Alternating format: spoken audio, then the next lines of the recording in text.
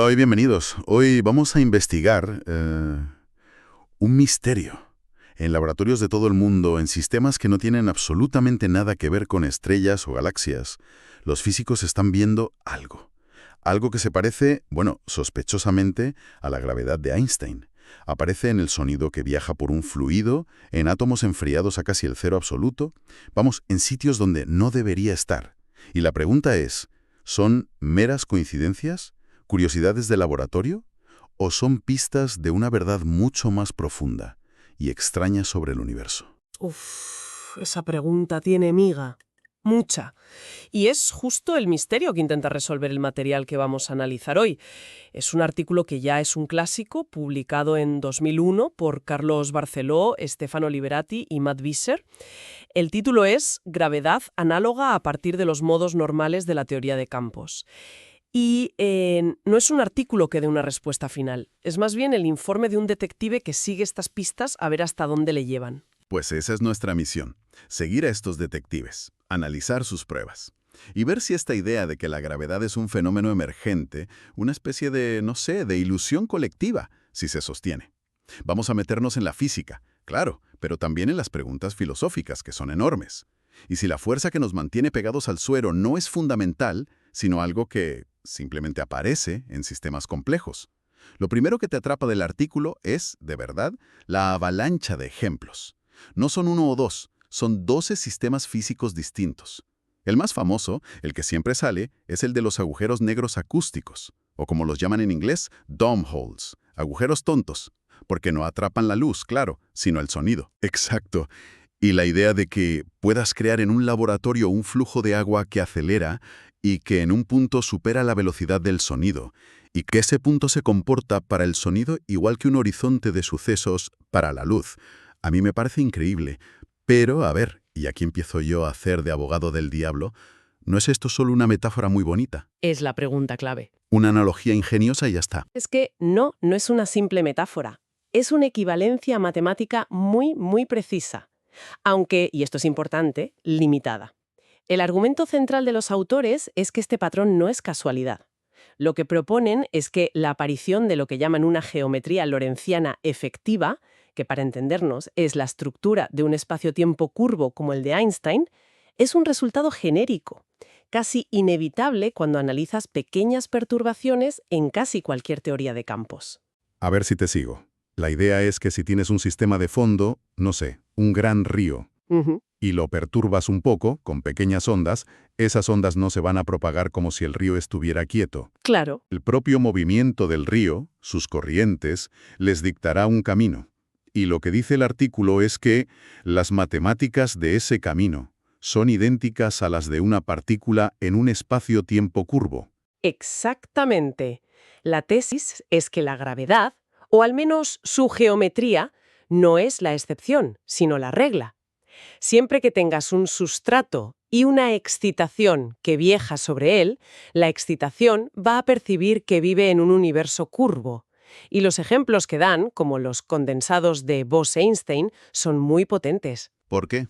Porque son sistemas cuánticos que podemos controlar en un laboratorio con una precisión asombrosa. En ellos, la velocidad del sonido puede ser de milímetros por segundo. Es como tener un universo de juguete a cámara lenta para estudiar estos efectos. Pero aún así, todos esos ejemplos son sistemas muy artificiales, ¿no? Condensados, fluidos, en un tubo. ¿Hay alguna evidencia de que esto pase en la naturaleza, fuera de un laboratorio? Porque si no, me sigue sonando a una curiosidad teórica muy elegante, pero que a lo mejor no tiene nada que ver con la gravedad real. Es una crítica muy válida, sí. La mayoría son, en efecto, sistemas de laboratorio, pero su valor no es tanto replicar el universo, sino demostrar un principio. Demuestran que no necesitas materia masiva, no necesitas astrofísica para generar una geometría curva efectiva. Y aquí el artículo introduce una distinción que es absolutamente crucial para no dejarse llevar. Estos son modelos de la relatividad general, no modelos para la relatividad general. ¿Y cuál es la diferencia? Suena un poco a juego de palabras. No, es la clave de todo. Un modelo D significa que simula la cinemática. La cinemática. Es decir, crea el escenario, la geometría curva, el mapa. Te permite estudiar cómo se comportan las cosas en ese escenario. Podrías, por ejemplo, estudiar un análogo de la radiación de Hawking en uno de estos agujeros negros acústicos. Pero lo que no simula, al menos a nivel clásico, es la dinámica. Ah, No te da las ecuaciones de Einstein. Esas son las reglas que dicen cómo el propio escenario se curva y evoluciona. O sea, crean el decorado, pero no las leyes que dictan cómo los actores pueden cambiar ese decorado. entendido. Vale. Tenemos el escenario, el mapa, pero está como congelado. Un decorado de cartón piedra. Vale, pues profundicemos en cómo se construye ese decorado. Cómo pasamos de las ecuaciones de un fluido a algo que se parece a Einstein. El artículo se mete en el análisis lagrangiano, que ya el nombre asusta un poco. Pues el concepto es más intuitivo de lo que parece. Un lagrangiano es, básicamente, la receta maestra de una teoría física. Contiene toda la información en la fórmula más compacta posible. Lo que hacen es tomar el lagrangiano de un sistema simple, como un campo escalar, piensa en ello como un mapa del tiempo, pero con un número en cada punto, y aplican un proceso que se llama linearizar. Que, si no me equivoco, significa que te fijas solo en las variaciones pequeñas, ignorando los efectos más grandes y complicados. Como estudiar las onditas en la superficie del mar sin preocuparte por las mareas. Precisamente, se toma una solución de fondo, el mar en calma, y se estudia qué le pasa a una pequeña perturbación sobre ella. Y el resultado, y esta es la magia matemática de la sección 2 del artículo, es que la ecuación que gobierna esa pequeña perturbación tiene exactamente la forma de una ecuación de ondas en un espacio-tiempo curvo. De la propia ecuación puedes leer directamente los componentes de lo que llaman la métrica efectiva. Es como si la física del fluido te dictara una geometría. Justo. Y lo que a mí me parece más fuerte de su argumento es que afirman que esto no es un truco que funciona solo para el sonido en el agua.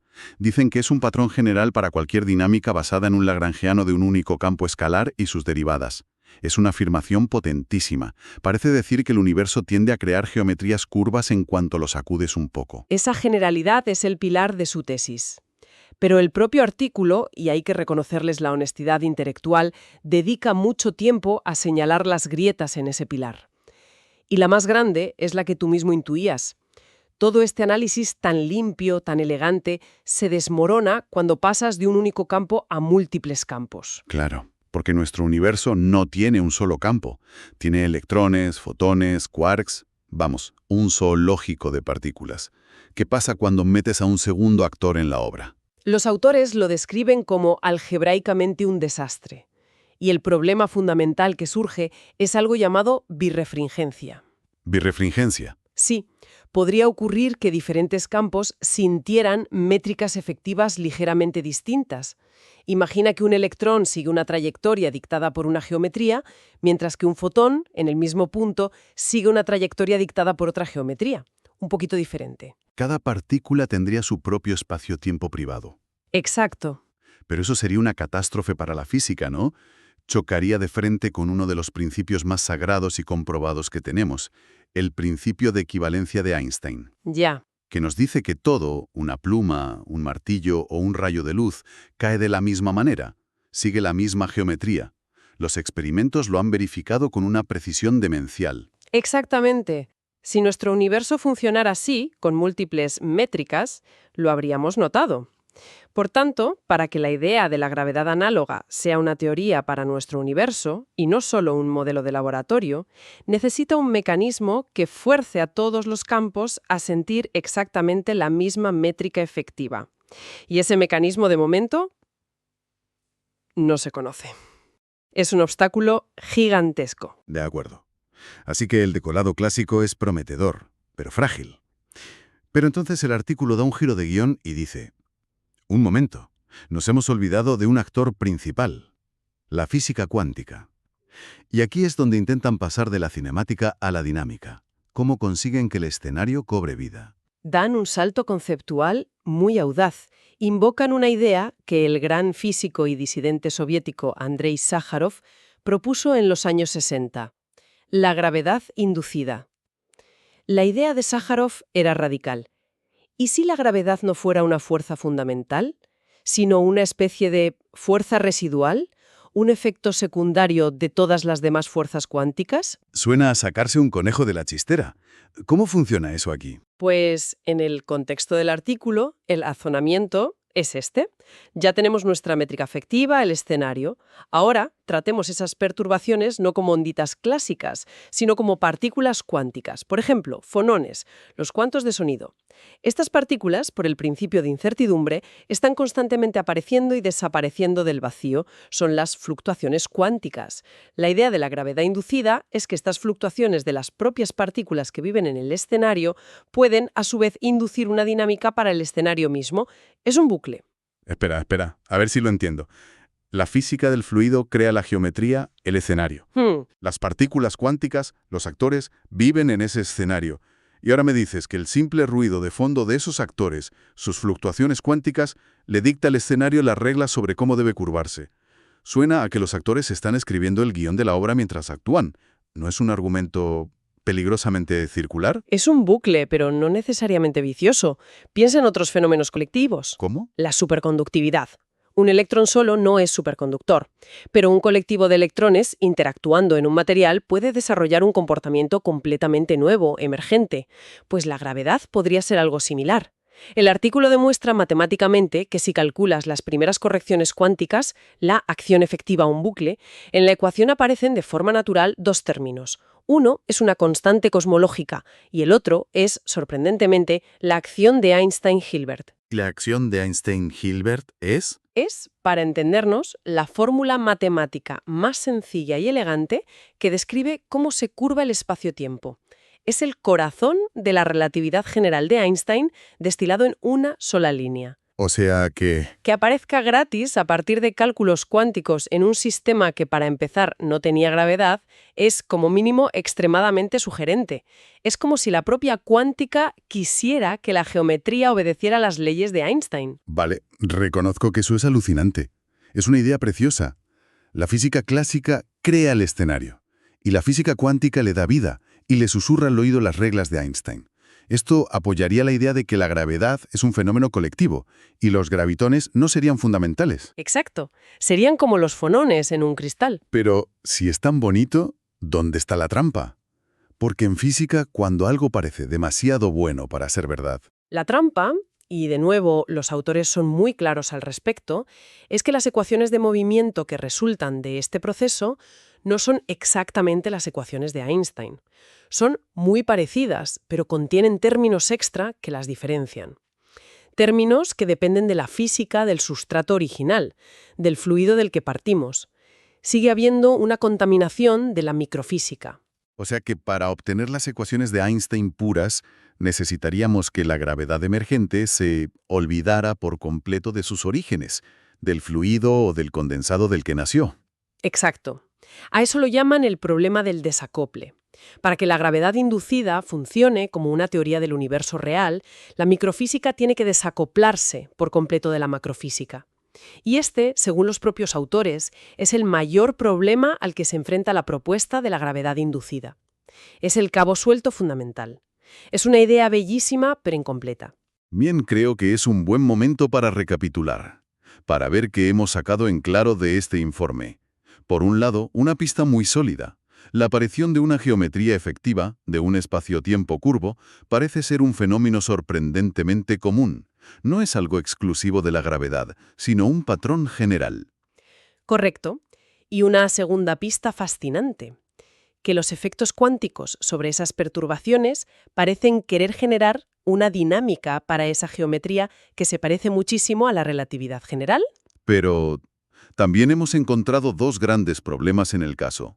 El primero, que el modelo se complica y choca con las observaciones, con el principio de equivalencia, en cuanto intentamos meter más de un campo. Y el segundo, y quizá más profundo, el problema del desacople, que la dinámica que emerge sigue contaminada por los detalles de la física de abajo. La gravedad emergente no consigue independizarse del todo. Esto me lleva a una pregunta más amplia. Si esta idea, con todos sus fallos, tuviera algo de razón, ¿qué implicaría para la búsqueda de una teoría del todo? ¿Significa que los físicos teóricos, como los de la teoría de cuerdas, están buscando en el lugar equivocado? Esa es la conclusión más provocadora del artículo.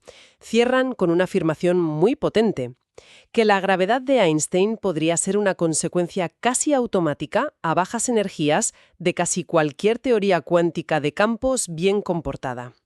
La gravedad no sería una ley única y especial, sino una propiedad universal de los sistemas complejos. Sería como la hidrodinámica. Las ecuaciones del agua son universales, no dependen de los detalles de las moléculas de H2O. Quizá la gravedad es la hidrodinámica del espacio-tiempo. Es una perspectiva que lo cambia todo. Y nos deja con una última reflexión. El artículo menciona los experimentos de Eötvös, que nos confirman que vivimos en un mundo con una única métrica. Todo cae igual. Pero si esta idea de la gravedad análoga fuera correcta y el problema de la birrefringencia fuera real, ¿qué significaría si algún día, en un acelerador, descubriéramos una partícula exótica que siente una métrica diferente, que no sigue la misma gravedad que el resto? Sería una revolución. Implicaría que podrían existir múltiples espacio-tiempos coexistiendo, uno para cada tipo de materia, normalmente superpuestos, indistinguibles, pero quizá, bajo condiciones extremas, podrían separarse. Es una idea de ciencia ficción, pero que nace de una física muy seria. Podrían existir universos paralelos, no en otras dimensiones, sino aquí mismo, entrelazados con el nuestro, pero regidos por geometrías distintas. Es una idea para seguir explorando. Gracias por acompañarnos en este análisis. Hasta la próxima.